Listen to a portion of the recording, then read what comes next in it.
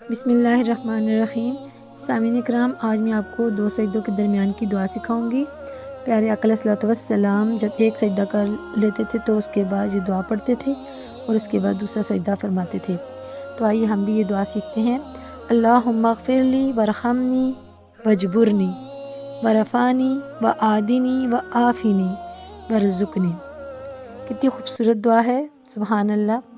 اللہم اغفر لی، اے اللہ مجھے بخش دے، ورفانی اور مجھے بلندی عطا فرما، وجبرنی اور میرے نقصانات پورے فرما، وعدنی اور مجھے ہدایت دے، وعافنی اور مجھے صحت دے، ورزقنی اور مجھے رزق عطا فرما۔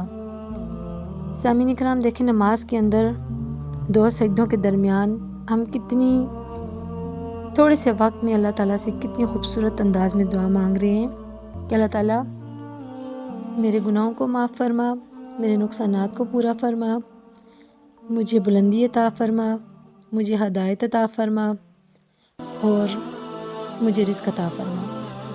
سامعین کرام، قرآن پاک کو سیکھنے کے لیے اور دوسرے لوگوں تک پہنچانے کے لیے کوئی بھی وقت مقرر نہیں ہے۔ آخری سانس تک بھی آپ لوگ قرآن پاک کو سیکھو اور دوسرے لوگوں تک پہنچاؤ۔ اللہ ہم سب کو علم نافع عطا فرمائے اور ہم سب کے حافظوں کو مضبوط بنائے، آمین۔